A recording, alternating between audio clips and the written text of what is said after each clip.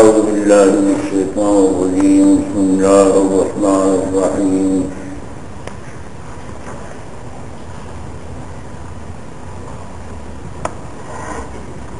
قل آمنا بالله وما أنزل علينا وما أنزل على إبراهيم وإسماعيل وإسحاق ويعقوب والأسباط وما أوتي موسى وعيسى والنبيون من ربهم لا نفرق بين أحد منهم ونحن له مسلمون ومن يبتغي الإسلام دينا فلن يقبل منه وهو في الآخرة من الخاسرين كيف يهدي الله قوما كفروا بعد إيمانهم وشهدوا أن الرسول حق وجاءهم البينات والله لا يهدي القوم الظالمين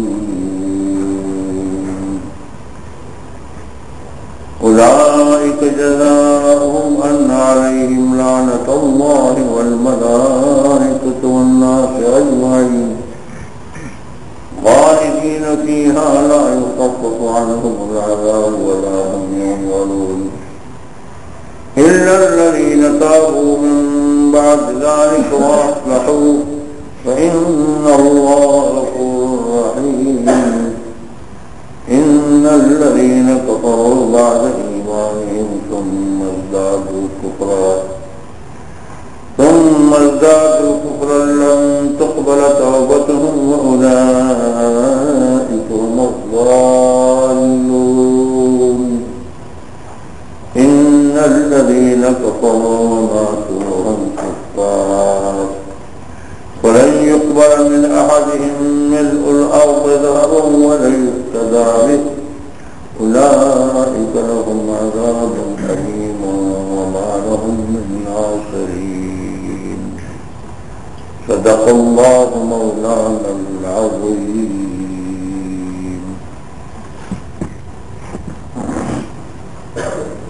اب پہلے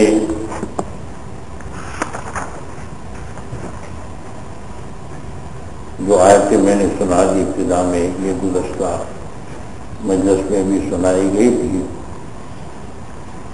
اور ان کا خلاصہ یہ تھا کہ اللہ کے ہاں ایک ہی راستہ قابل قبول ہے، وہ محمد مصطفیٰ صلی اللہ علیہ وسلم کا راستہ ہے، جس کا نام اسلام ہے۔ اسلام کے علاوہ کوئی اور راستہ، کوئی اور طریقہ اللہ کے ہاں قابل قبول نہیں۔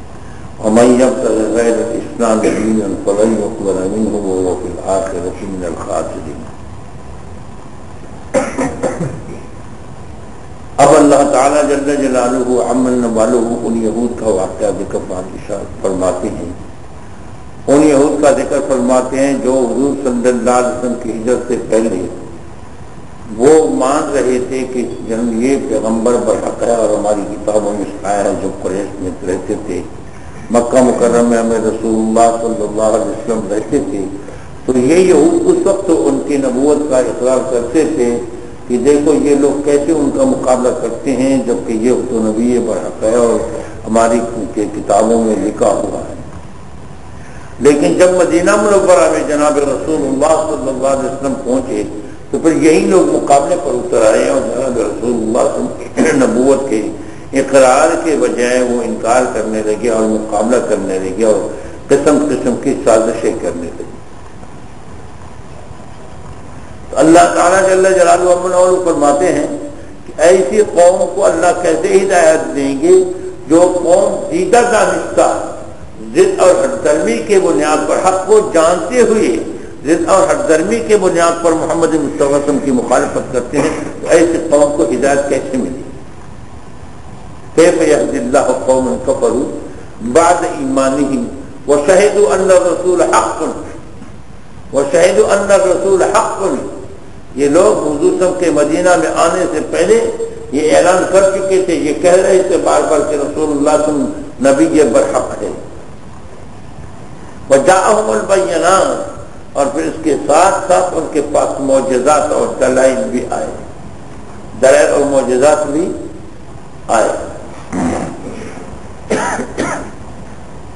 اس سے معلوم ہوا اللہ تعالیٰ جل جلالہ عمن نوالہ اس شخص کو ہدایت نہیں دیتا وہ شخص بدبخت ہوتا ہے. اس کے سینے اس کے دل پر اللہ تعالیٰ مہر لگا لیتے ہیں, ان کے دل کو ہدایت سے بند کر دیتے ہیں. جو حق کو جانتے ہوئے ضد اور حد درمی کی بنیاد پر وہ حق کا انکار کرتا ہو. ایک آدمی تو حق کو جانتا ہی نہیں, یا واقعی وہ اس غلط فہمی میں ہو کہ یہ حق نہیں ہے, لیکن وہ حق کو جانتے ہوئے اگر وہ ضد اور حد درمی کی بنیاد پر وہ انکار کرتا ہو تو اللہ تعالیٰ جل جلالہ اپنے والوں ایسے لوگوں کے دلوں پر مہر لگا لیتے.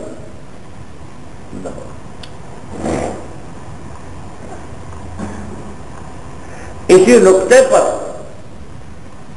حضرت حکیم الامت مولانا اشرف علی تھانوی رحمۃ اللہ علیہ نے سے جب پوچھا گیا, حضرت مفتی زین اللہ عبدین صاحب رحمۃ اللہ علیہ یہ واقعہ سناتے تھے کہ جالندھر میں ہم تھے, تو وہاں جو جامع عیدگاہ کی مسجد تھی, تو عیدگاہ کی مسجد میں حضرت مولانا شیخ محمد جالندھری رحمۃ اللہ علیہ عید کی نماز پڑھاتے تھے, اور حضرت مفتی صاحب فرماتے میں تقریر کرتا تھا. تو کچھ بریلوی حضرات ہمارے خلاف ہوئے کہ ہم ان کو نکالیں گے اور ان کی جگہ ہم اپنا امام لائیں گے.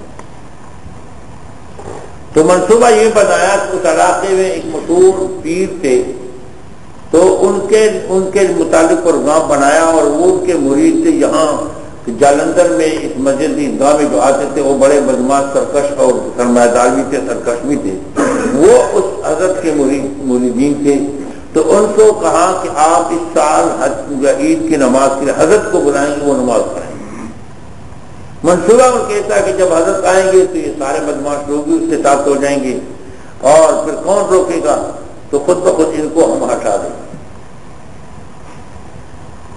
تو وہ لوگ جو ان کے مرید تھے, حضرت کے مرید تھے, وہ ان کے پاس آئے اور حضرت مفتی صاحب فرما رہے تھے کہ مجھ سے پوچھا کہ بریلویوں کے متعلق آپ کیا کہتے ہیں, یہ مسلمان ہیں یا کافر ہیں؟ حضرت مفتی صاحب فرمانے لگے کہ میں نے کہا کہ یہ مسلمان ہیں. تو اس نے کہا کہ وہ تو آپ کو کافر کہتے ہیں, وہ تو آپ کو کافر کہتے ہیں, آپ ان کو کیسے مسلمان کہتے ہیں؟ تو حضرت مفتی صاحب فرماتے کہ میں نے پھر کہا کہ وہ ہمیں کافر کہتے ہیں یا نہیں کہتے, ہم ان کو کافر نہیں کہتے, ہمارے اکابر نے ان کو کافر نہیں کہا. بار بار مجھے آزمایا لیکن میں نے یہی جواب دیا. پھر حضرت مولانا خیر محمد جالندھری رحمۃ اللہ علیہ کے پاس گئے, تو ان کے سامنے یہ بات ذکر کی, اور پھر ان کو سے بھی یہی پوچھا کہ حضرت یہ کافر ہیں یا مسلمان ہیں. تو اس نے جواب میں یہی کہا کہ جی وہ تو ہمارے ہاں تو مسلمان ہے, کافر تو ہم اس کو نہیں کہتے. انہوں نے کہا وہ آپ کو کافر کہتے ہیں, وہ آپ کو کافر کہتے ہیں, آپ پہ اس کے اوپر فتوے لگاتے ہیں کہ یہ کافر ہیں, آپ ان کو کافر کیوں نہیں کہتے؟ بار بار دہراتے ہوئے حضرت نے فرمایا کہ ہمارے حضرت حکیم الامت مولانا اشرف علی تھانوی رحمۃ اللہ علیہ فرمایا کرتے تھے کہ اگر واقعی وہ غلط فہمی میں مبتلا ہے, ہم تو توہین رسالت کا تصور بھی نہیں کر سکتے, جو اس کا تصور کرتا ہے وہ بھی مسلمان نہیں. ہمارا تو یہ عقیدہ ہے کہ جو محمد مصطفیٰ صلی اللہ علیہ وسلم کی عظمت کے خلاف تصور بھی کرتا ہے ارادی طور پر, تو وہ مسلمان نہیں رہ سکتا, وہ کافر ہے. لیکن اگر ان کو یہ غلط فہمی ہے, ان کو یہ غلط فہمی ہے کہ ہم واقعی توہین رسول کے مرتکب ہیں اور وہ اس بنیاد پر ہمیں کافر کہتے ہیں, تو شاید وہ معذور بھی ہوں.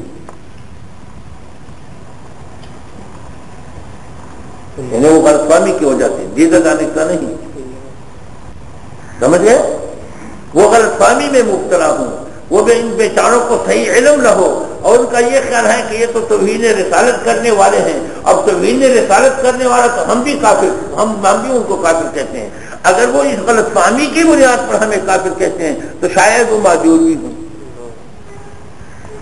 وہ لوگ چلے گئے ہم سے, اور انہوں نے اطلاع کر دی اپنے مرشد کو, اپنے پیر کو, کہ آپ نے عید کی نماز پر نہیں آنا ہے. آتے بھی ہیں تو اس مرتبہ ہم آپ کے میزبان نہیں ہوں، ہم معذرت خواہ ہیں، آپ ہمارے مرشد ہیں، تاکہ ان موقع پر پھر آپ کو تکلیف ہو، ہم میزبان نہیں ہوں گے۔ ہم ایسے لوگوں کے سامنے نہیں آ سکتے جو لوگ ہمیں کافر نہیں کہتے اور ہم اس کو کافر کہیں، جو لوگ ہمیں اب تک نمازیں پڑھا چکے ہیں، ہمارے استاد رہے ہیں، ہمارے امام رہے ہیں، ہم اس کی توہین کریں، ہم اس کو ہٹا دیں، ہم اس کے لیے تیار نہیں ہے۔ آپ آتے ہیں، بے شک آئے، ہمارے مرشد ہیں، لیکن کسی اور کے ہم مہمان ہوں، ہمارے ہاں مہمان نہیں۔ چنانچہ ان کو تو پتا تھا کہ میں اگر کسی اور کے پاس چلا جاؤں تو وہ اس کے اندر تو یہ طاقت نہیں تھی کہ وہ اس کو نبھا سکے، اس نے معذرت کر لی کہ میں نہیں آ رہا، میں ایسے لوگوں کے مقابلے میں نہیں آ رہا۔ تو مقصد یہ ہے کہ حضرت حاکم الامت رحمۃ اللہ علیہ نے اس بات کی طرف اشارہ کر دیا کہ اگر کوئی غلط فہمی کی بنیاد پر، دیدہ دانستہ نہیں، غلط فہمی کی بنیاد پر،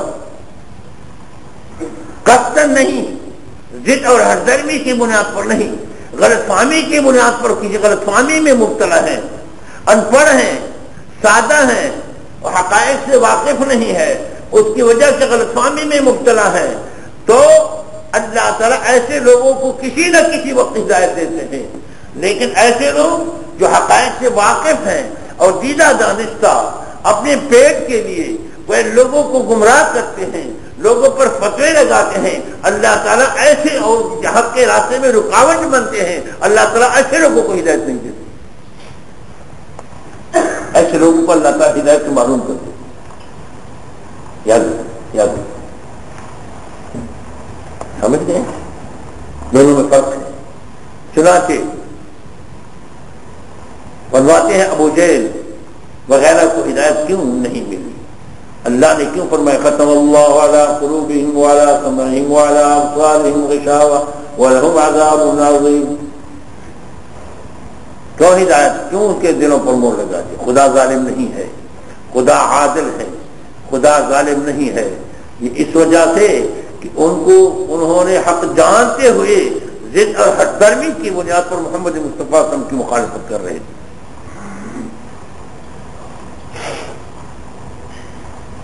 آپ نے پڑھا تاریخ میں کہ ابو جہل کے ہاتھ میں پتھروں نے کلمہ شہادت پڑھا، پتھروں نے اس کے ہاتھ میں کلمہ شہادت پڑھا، پھر بھی انہوں نے پھینک دیے پتھر کہ یہ کتنا بڑا جادوگر ہے۔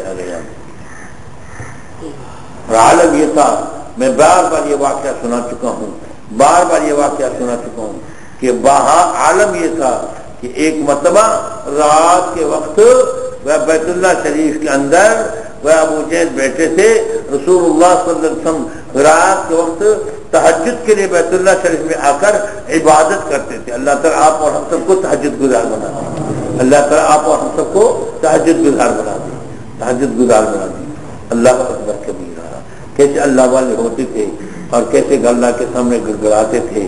ہاں جب کہ دیکھو جب خلوت کا عالم ہوتا ہے، کیا حالت ہوتا ہے؟ خلوت کا عالم ہوتا ہے، لوگ سوئے ہوئے ہوتے ہیں اور خدا کے ساتھ براہ راست مل جاتا ہے، شور نہیں ہوتا، غوغا نہیں ہوتا، سکون کا عالم ہوتا ہے، خلوت کا عالم ہوتا ہے۔ ایسے اللہ والے میں نے اپنے آنکھوں سے دیکھے ہیں، اپنے آنکھوں سے دیکھے ہیں کہ لوگوں کو تکلیف نہ دینے کی بنیاد پر رات کو سردیوں کے موسم میں ٹھنڈے پانی پر وضو کر کے، تاکہ گھر والے نہ جاگ اٹھیں، خاموشی سے حرکت بھی نہیں کرتے تھے، آہستہ آہستہ نکلتے اور پھر گویا ٹھنڈے پانی سے وضو کر کے تہجد پڑھتے تھے تاکہ گھر والوں کو بھی تکلیف نہ ہو، بیانامی نہ ہو اور میں اللہ کی یاد بھی کروں۔ ایسے پیارے میں نے اپنے آنکھوں سے دیکھے ہیں، اپنے آنکھوں سے دیکھے ہیں۔ سمجھ گئے؟ اللہ سمجھ جاتا ہے۔ تو حضور صلی اللہ علیہ وسلم بھی رات کو عبادت کے لیے بیت اللہ شریف میں جاتے تھے۔ اللہ تعالی ہم سب کو اس سنت پر عمل پیرا ہونے کی توفیق دے۔ حدیث میں آتا ہے جناب رسول اللہ صلی اللہ علیہ وسلم کا ارشاد گرامی ہے، جب رات کا آخری حصہ ہو جاتا ہے اللہ تعالی کما یلیق بشانی آسمان دنیا پر نزول فرما لیتے ہیں، آسمان دنیا پر نزول فرما لیتے ہیں اور پھر اعلان کرتے ہیں حل من مستغفر فاغفر له، کوئی بخش چاہنے والا ہے کہ میں اس کو بخش دوں، کوئی مانگنے وہ کسی حاجت کو مانگنے والا ہے کہ مجھ کی وہ حاجت پورا کروں، اللہ حل من مستغفر فاغفر له، کوئی حاجت گر گیا مانگنے والا ہے کہ میں اس کی حاجت کو پورا کر دوں، کوئی مشکل والا ہے کہ میں اس کے مشکل کو حل کر دوں۔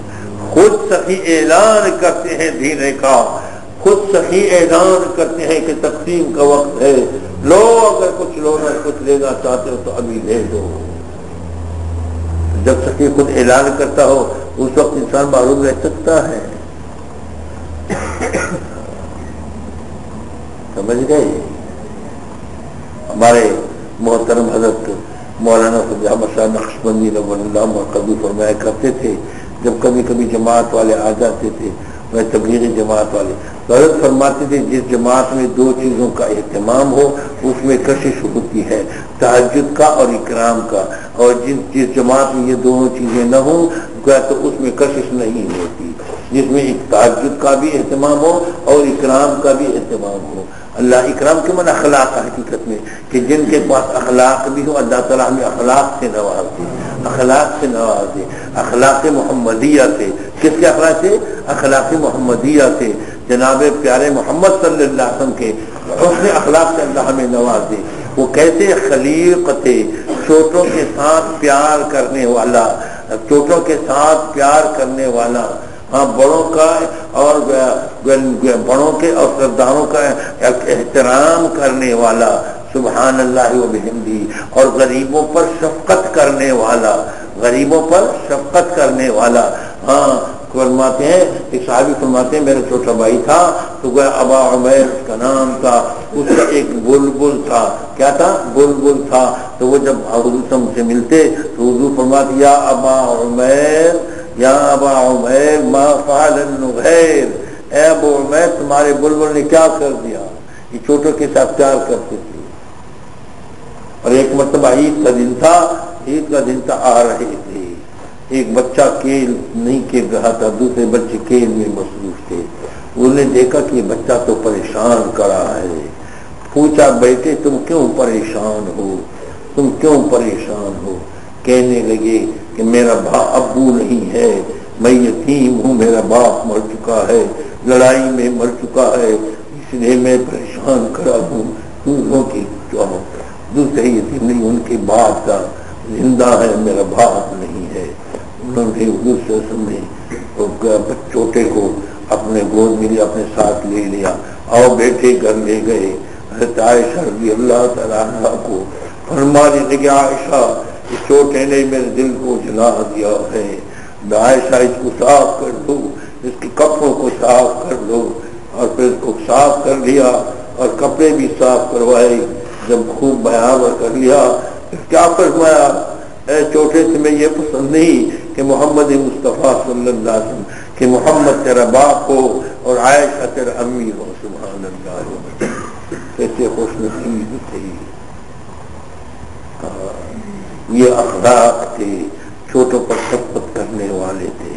ہاں مشہور واقعہ ہے، ایک مرتبہ باہر سے آ رہے تھے، ایک بوڑھی عورت تھی، وہ اپنی لکڑی جمع کر کے لا رہے تھے گھر، تو نہیں اٹھا سکتی تھی، بوڑھی تھی۔ حضور صلی اللہ علیہ وسلم اس پر آئے، کہنے لگے امی مجھے تو میں تمہارے ساتھ اٹھا کر گھر تک لے جاؤں، ساتھ لے آئے۔ جب لے آئے گھر تک پہنچا دیا، گھر کے سامنے ان کو لکڑی حوالہ کر دی۔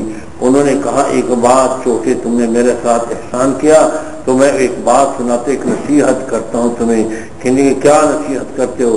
کہنے لگے کہ ایک شخص آیا ہے، محمد اس کا نام ہے، یاد رکھنا لوگوں کو گمراہ کرتا ہے، اس سے بچے رہنا، اس سے بچے رہنا، خیال رکھنا۔ تو اس نے کہا وہ تو محمد میں ہوں، میرا نام محمد ہے۔ وہ عورت کہنے لگی اچھا وہ لوگ تو اس قسم کی باتیں کرتے ہیں، سبحان اللہ، وہ تو اس قسم کی باتیں کرتے ہیں، آپ تو صحیح کا آدمی ہیں۔ عورتوں کے ساتھ بوڑھی عورتوں کے ساتھ اور بچوں کے ساتھ اور بڑوں کے ساتھ، سرداروں کے ساتھ، غریبوں کے ساتھ، سرداروں کے ساتھ یہ عالم تھا۔ ایک مرتبہ حضرت سعد رضی اللہ تعالیٰ اپنے قبیلے کا سردار تھا، وہ آئے جب آئے اللہ ہمیں اخلاق سے نواز دے، جب آئے تو گیٹ وہ کمرہ بھرا ہوا تھا تو حضرت سعد رضی اللہ تعالیٰ چوکٹ پر بیٹھ گئے۔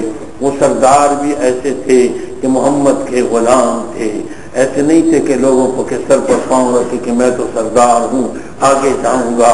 پیارے محمد صلی اللہ علیہ وسلم نے بھی عجیب انداز اپنایا کہ اس کا اکرام بھی ہو جائے اور غریبوں کا دل بھی نہ ٹوٹے کہ دیکھو یہ ہمارے اپنے پاس بٹھایا اور ہمیں اٹھایا، یہ نہیں کہا کہ تو اٹھ جاؤ سردار صاحب کو جگہ دے دو۔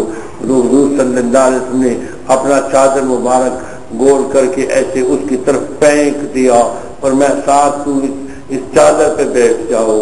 وہ گیٹ میں بیٹھ گئے تھے، تو اس چادر پہ بیٹھ جاؤ۔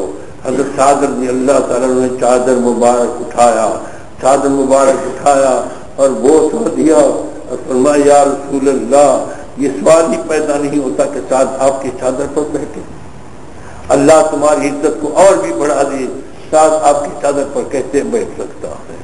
اور پھر حضور صلی اللہ علیہ وسلم نے قوم کو ہدایت دی، اذا اتاکم کریم قوم فاکرموہ، جب تمہارے پاس قوم کا ایک معزز آدمی آئے، شریف آدمی آئے تو ان کی قدر کرو۔ ہاں لیکن غریبوں کو نہیں اٹھایا، غریبوں کو بھی اپنی جگہ پر برقرار رکھا، غریبوں کا احترام بھی اپنی جگہ رکھا اور سرداروں کا احترام بھی اپنی جگہ رکھا۔ کیسے پیارے! اور غریبوں پر شفقت کا یہ عالم تھا، غریبوں پر شفقت۔ حضرت ابو ہریرہ رضی اللہ عنہ نہیں فرماتے کہ ایک مرتبہ میں بھوکا تھا تو مسئلہ پوچھا تو صدیق رضی اللہ عنہ صدیق سے پوچھا تو اس نے جواب دیا۔ حضرت عمر سے پوچھا، مختصر یہ کہ جب محمد مصطفیٰ سے نکل آئے تو میں نے ان سے مسئلہ پوچھا۔ مسئلہ پوچھنا مقصود نہیں تھا، بھوکا تھا، بہانہ تھا کہ کہیں کوئی کہہ دے کہ آؤ میرے ساتھ۔ ہاں ایسے پیارے طالب علم تھے، اللہ ہمارے طالب علم کو بھی انہی انوار سے نواز دے۔ مشابہت تو ہے حقیقت اگرچہ ہمارے پاسوں نہیں آ سکتی، لیکن کم از کم طالب علم تو کہتے ہیں۔ تو فرماتے ہیں ابو ہریرہ رضی اللہ عنہ فرماتے ہیں حضور نے فرمایا آؤ ابو ہریرہ میرے ساتھ چلو۔ گھر میں پوچھا، گھر میں کچھ ہے؟ حضرت عائشہ رضی اللہ تعالیٰ عنہا فرمانے لگی ایک کاسہ دودھ ہے۔ حضور نے فرمایا ابو ہریرہ جا اور جو دوسرے طالب علم ہیں ان سب کو لا۔ اب 70-80 طالب علم ہوتے تھے، اوسطاً اکثر 70-75-80 تک طالب علم ہوتے تھے۔ فرمایا جا ابو ہریرہ اور صحابہ کو بھی اور طالب علموں کو بھی لیا۔ اب حضرت ابو ہریرہ رضی اللہ عنہ فرماتے ہیں میں حیران ہوا دل میں کہ یہ ایک کاسہ دودھ تو میرا ہی نہیں ہو سکتا، اور پھر سارے طالب علموں کو بلایا، مگر محمد مصطفیٰ کا حکم تھا۔ پیارے ایسے پروانے تھے، وہ لیت العال کے کرنے والے نہیں تھے، ہاں چون و چرا کرنے والے نہیں تھے، فلسفوں و حکمتوں کے پوچھنے والے نہیں تھے۔ پیارے کا حکم ہے فوراً روانہ ہو گئے، اور پیارے کا حکم ہے فوراً روانہ ہو گئے اور طالب علموں کو لے آئے۔ اللہ تعالیٰ ہمیں دین کے طالب علموں کا احترام نصیب فرما دے۔ وہ جب لے آئے تو حضور سے خاصا دودھ نکال کے طالب علموں کو بٹھا دیا۔ ابو ہریرہ ان کو پلا دو۔ حضرت ابو ہریرہ رضی اللہ تعالیٰ فرماتے ہیں میں نے ایک کو پلا دیا، اس نے پی لیا، سیر ہو گیا، دوسرے کو پلا دیا، سب کو پلا کے جب سب سیر ہو گئے تو مجھے فرمایا ابو ہریرہ اب آپ پی لیں۔ یہ محمد مصطفیٰ کا معجزہ تھا، ایک کاسہ دودھ پر 70 سے 80 تک کے لگ بھگ صحابہ کرام سیر ہو گئے۔ یہ پیارے محمد کا معجزہ تھا صلی اللہ علیہ وسلم۔ فرماتے ہیں وہ اس نے جب سب سیر ہو گئے تو مجھے کہا ابو ہریرہ تو پی لو، میں نے پی لیا۔ فرمایا اور پی لو، میں نے اور پی لیا۔ فرمایا اور پی لو، میں نے اور پی لیا۔ میں اور پی لو، میں نے کہا رسول اللہ مزید گنجائش نہیں ہے۔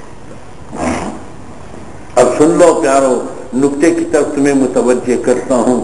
70 یا 80 طالب علموں کا پس خوردہ خود پیارے محمد صلی اللہ علیہ وسلم پی رہے ہیں. حضور نے بقیہ جو باقی رہا، آج ہم مسلمان کے جوتے سے نفرت کرتے ہیں، مسلمان کے جوتے سے نفرت کر ادھر پھینک دیتے ہیں، ادھر پھینک دیتے ہیں. 70 صحابہ کرام کا جھوٹا، غریب طالب علموں کا جھوٹا، درویش طالب علموں کا جھوٹا، محمد مصطفیٰ صلی اللہ علیہ وسلم سردار کائنات خود بھی تناول فرما رہے ہیں. کیسے شفقت تھی، اس کو یہ ہے اخلاق، یہ ہے اخلاق. طالب علموں کے ساتھ کیا محبت، غریبوں کے ساتھ کیا محبت، شریفوں کے سرداروں کے ساتھ کیا محبت، بوڑھی عورتوں کے ساتھ کیا محبت. ایک بوڑھی عورت آئی تو حضور نے فرمایا جنت میں بوڑھی عورت نہیں جائے گی. اب وہ رونے لگی، یا رسول اللہ پھر ہم جنت میں نہیں جائیں؟ فرمایا وہاں جنت میں، وہاں آخرت میں جوان ہو کر جاؤ گی، وہاں کوئی بوڑھا ہوگا ہی نہیں، نہ مرد بوڑھا ہوگا نہ عورت بوڑھی ہوگی. یہ بھی محبت کر رہے تھے، بوڑھی عورت تھی تو رونے لگی، کیا حضور ہم تو جنت میں نہیں جائیں گے؟ فرمایا کیوں نہیں، کیوں جاؤ گے؟ تو کہنے لگے وہاں جنت میں جب جاؤ گے تو تم بوڑھی نہیں ہوگی. تو اللہ کی شان دیکھو، اللہ نے کیسے اپنے پیارے محمد صلی اللہ علیہ وسلم کو اخلاق عطا کیے تھے. اللہ تعالی ہمیں بھی اخلاق سے نوازے. اخلاق ضروری ہے. آج مسلمان کے پاس اخلاق نہیں رہے، اور اخلاق میں سب سے اہم چیز میں بتا دوں، اخلاق میں سب سے اہم چیز مسلمان کے حقوق ہیں. مسلمان کے حقوق کا خیال رکھنا ہے، کسی مسلمان کو دھوکہ نہیں دینا ہے، کسی مسلمان کے ساتھ دھوکے کا معاملہ نہیں کرنا ہے، اور اخلاقی سے پیش آنا ہے، خندہ پیشانی سے پیش آنا ہے. سبحان اللہ. کسی بھی مسلمان کے ساتھ خندہ پیشانی کے ساتھ، چھوٹے سے بڑے سے، یہ نہیں کہ جو تمہیں کچھ دیتا ہے اس کا تو احترام ہے، تمہیں کچھ دیتا نہیں تو اس کا احترام نہیں ہے. نہیں، سب کا احترام کرنا ہے. سارے مسلمان بھائی ہیں تو سب کا احترام کرنا، یہ اخلاق ہے. اخلاق بہت ضروری ہے. اخلاق کے ذریعے سے پھر انسان کے ساتھ لوگوں کی محبت پیدا ہو جاتی ہے. اخلاق کی برکت انسان محبوب بن جاتا ہے، مخلوق کا بھی محبوب بن جاتا ہے اور خالق کا بھی محبوب بن جاتا ہے. اخلاق ضروری ہے. اور دوسری چیز عبادات میں سب سے زیادہ ضروری نماز ہے. نماز ہے. ہاں ہم لوگ معمولی سمجھتے ہیں، پڑھ لیا ایک دن کا کام سمجھتے ہیں، یہ پڑھ لیا نہیں پڑھ لیا، سو گئے جاگ اٹھے، کہتے ہیں جی صبح کی نماز میں سستی ہو جاتی ہے. اللہ اکبر کبیرہ، اللہ اکبر کبیرہ. مسلمان اور فرض نماز ناگا، مسلمان اور فرض نماز ناگا، اللہ اکبر کبیرہ. یقین جانیے ہمارے علاقے میں ایک دور ایسا بھی تھا کہ جو آدمی نماز نہیں پڑھتا تھا اس کے ساتھ گھر والے کھانا اکٹھے نہیں کھاتے تھے. وہ کہتے تھے اس کو جیسے کتے کو علیحدہ روٹی پھینکتے، وہ کہتے ان کو علیحدہ برتن میں کھانا دے دو، ہمارے ساتھ برتن اکٹھے نہیں بیٹھیں گے. ہمارے پاس علاقے میں اکٹھا کھانے کا ایک رواج ہے، بڑے برتن میں کھانا بنا لیتے ہیں پھر اکٹھے اس پر بیٹھ جاتے ہیں. تو جو نمازی نہیں ہوتا تھا ایک دور وہ بھی تھا، جو نماز نہیں پڑھتا تھا اس کو اپنے ساتھ کھانے پر بیٹھنے کے لیے نہیں چھوڑتے تھے کہ اس کو کتے کی طرح علیحدہ کھانا دے دو، یہ اس کے قابل نہیں کہ ہم مسلمانوں کے ساتھ کھانے پر بیٹھ کر کھانا کھائیں. فرض نماز چھوڑنا معمولی بات نہیں ہے. اللہ یہ فرض ہے اور ایسا فرض ہے کہ قیامت میں حقوق اللہ میں سب سے پہلے نماز کا حساب ہوگا. حقوق اللہ میں، اللہ کے حقوق میں سب سے پہلے نماز کے بارے میں حقوق اللہ میں. اللہ ہمیں سمجھنا سے فرما دیا. تو نفل ہم فرض نماز گڑبڑ کرتے ہیں، تو ان دو چیزوں کا خیال رکھنا ضروری ہے.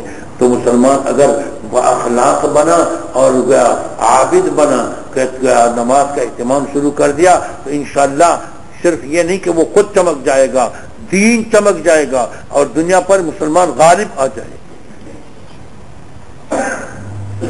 اس کا طریقہ یہ ہے کہ دیکھو ہمارے دلوں میں خدا کی عظمت آ جائے، اللہ کے ساتھ تعلق پیدا ہو جائے، تب یہ چیزیں آتی ہیں، کیونکہ یہ ساری چیزیں اللہ کے لیے انسان کر سکتا ہے۔ جب خدا کی عظمت نہ ہو، خدا کی محبت نہ ہو، تو پھر انسان کے دل میں جب دنیا کی محبت ہو تو دنیا والے کی قدر کرے گا، غریب کی نہیں کرے گا، یتیم کی نہیں کرے گا، بوڑھی عورت کی نہیں کرے گا، کیونکہ اس کے پاس تو پیسہ نہیں ہوگا، دولت نہیں ہوگی۔ لیکن جب اس کے دل میں خدا کی محبت آ جائے گی تو ہر لا الہ الا اللہ محمد رسول اللہ کہنے والے کی قدر کرے گا۔ اللہ تعالی ہمیں اپنے پیاروں کی محبت سے نواز دے۔ اب مراقبہ کریں گے اور مراقبے میں بھی مقصد کہ دل میں اللہ کی محبت، اللہ کی یاد جم جائے، یہ سوچنا ہے، دل پر توجہ ڈالنا ہے۔ دل بائیں طرف پستان سے 2 انگل نیچے ہے، ساری توجہ دل پر ڈالے اور یوں سوچے کہ میرے دل پر خدا کی طرف سے فیض آ رہا ہے اور میرا دل بطور شکریہ کہ کہہ رہا ہے اللہ اللہ اللہ۔